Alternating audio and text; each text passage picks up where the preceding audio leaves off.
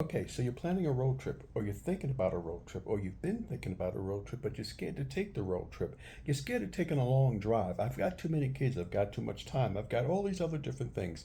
Okay, hold on, stop, wait, hold that thought. Whew. Now let's see if I'm going to have to do this in two parts, or can I do it in one shot, one video in less than 10 minutes so I can upload it all at one single time. Now, this is a list that I've been trying to do for many, many years. And Hannah, if you're watching and listening, you can write in the comments and tell them the same thing.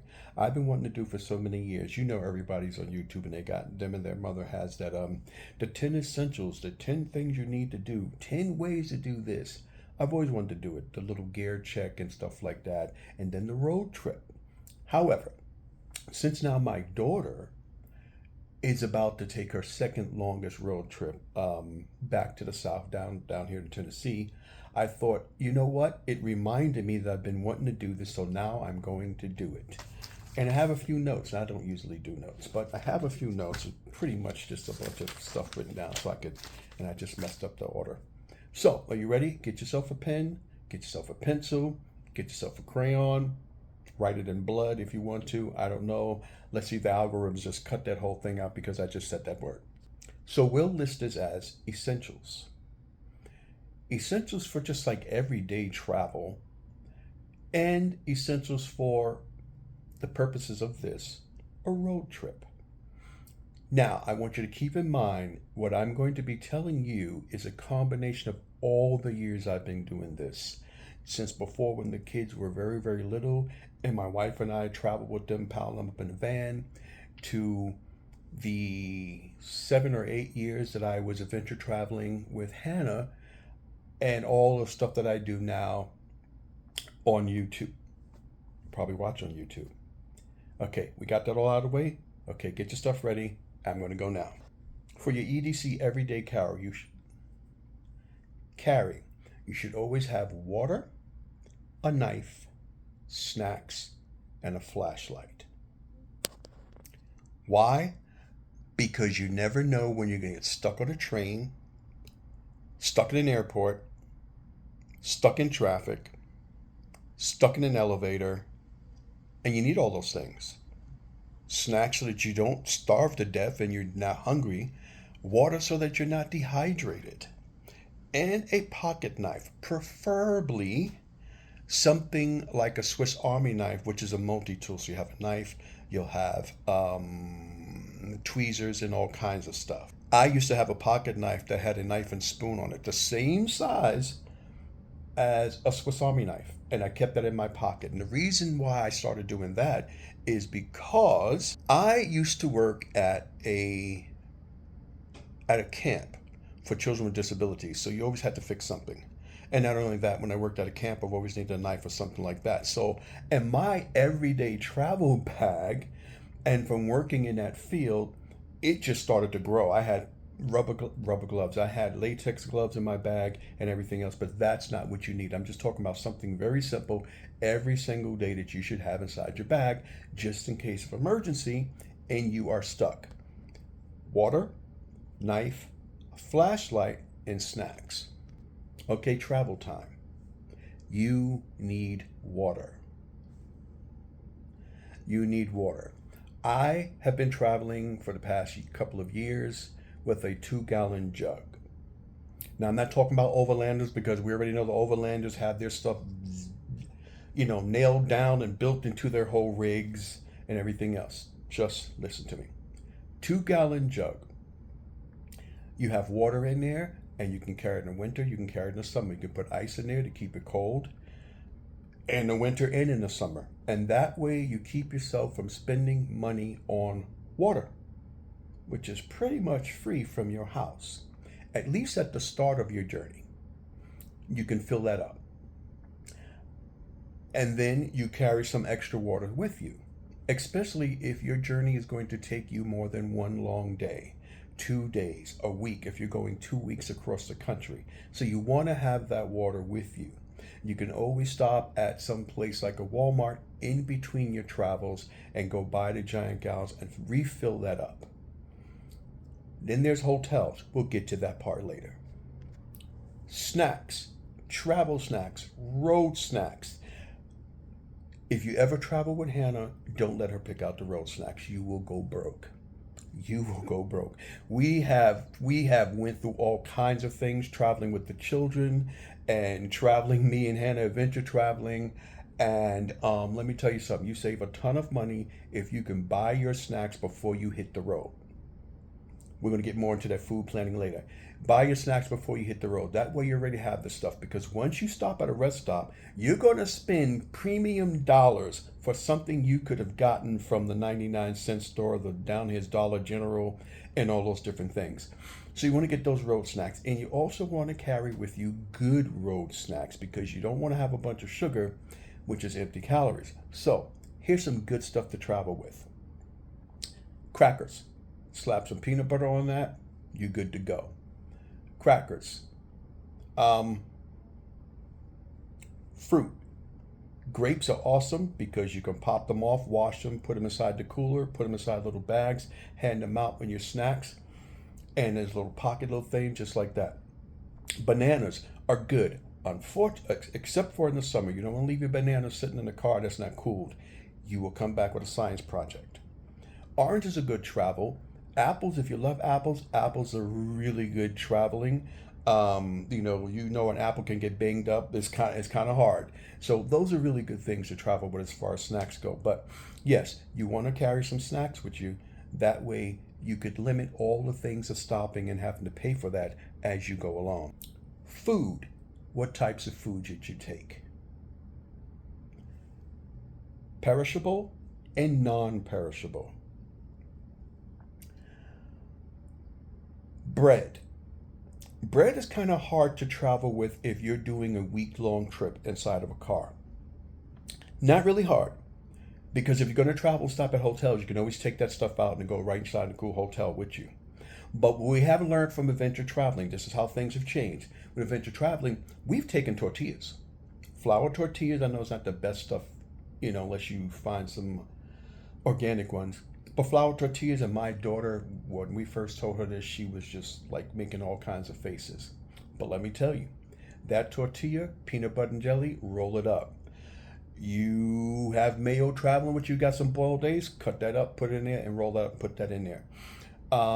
You can take pieces of turkey or chicken and roll it up in there and pack it with you. The other good thing is that tortillas are flat. So you can put them in the bottom of something, you don't have to worry about them getting smashed. Also add to the list something I just said. Boiled eggs. That's food to take with you for traveling.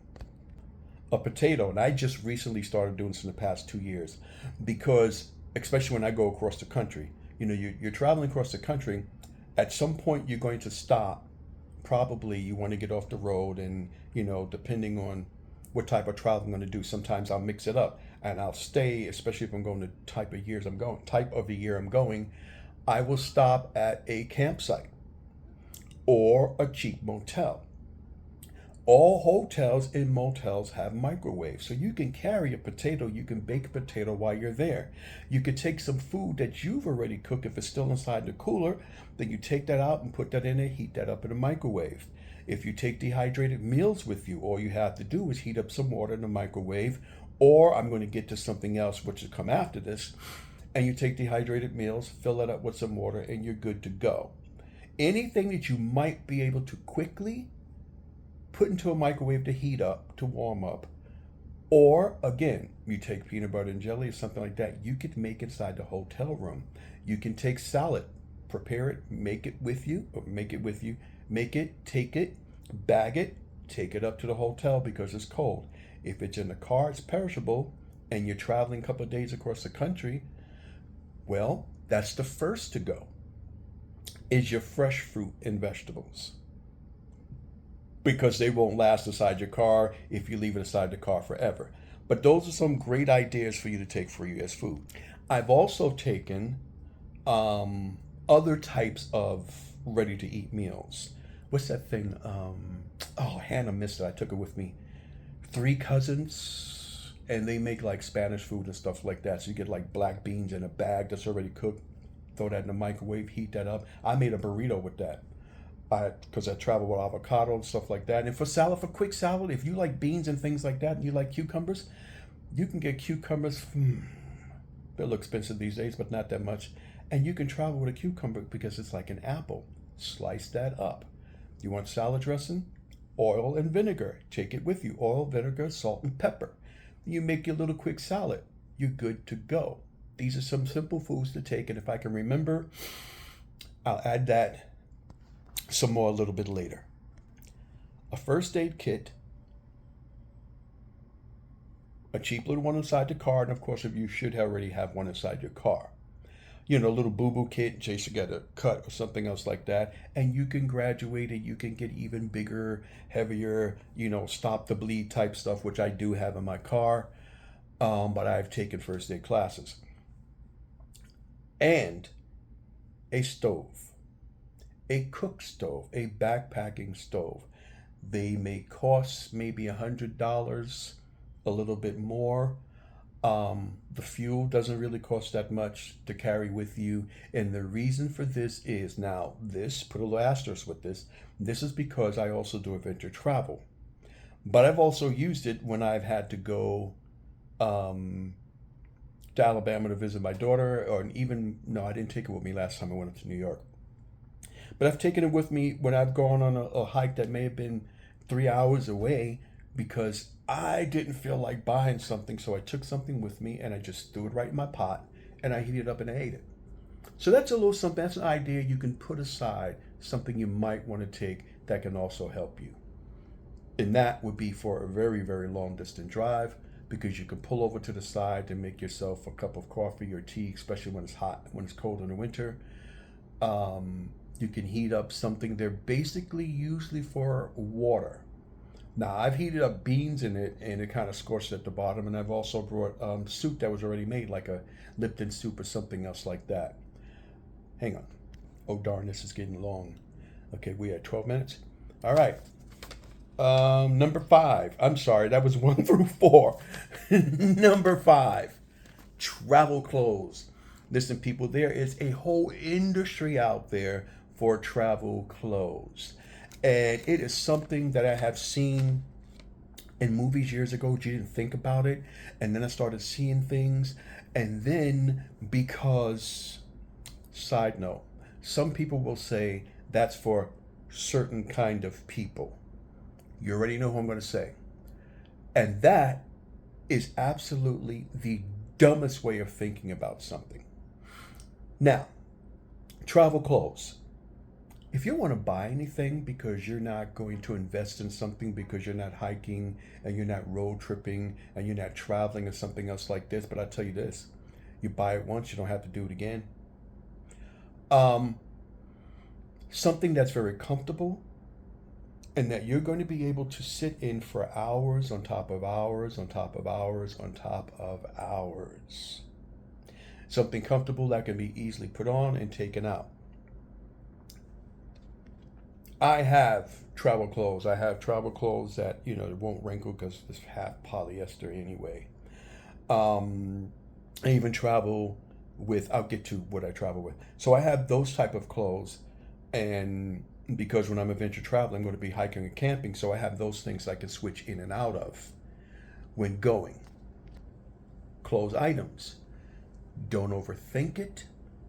Don't overdo it. Don't. Why? Because hotels, resorts, and all of those things have laundry rooms.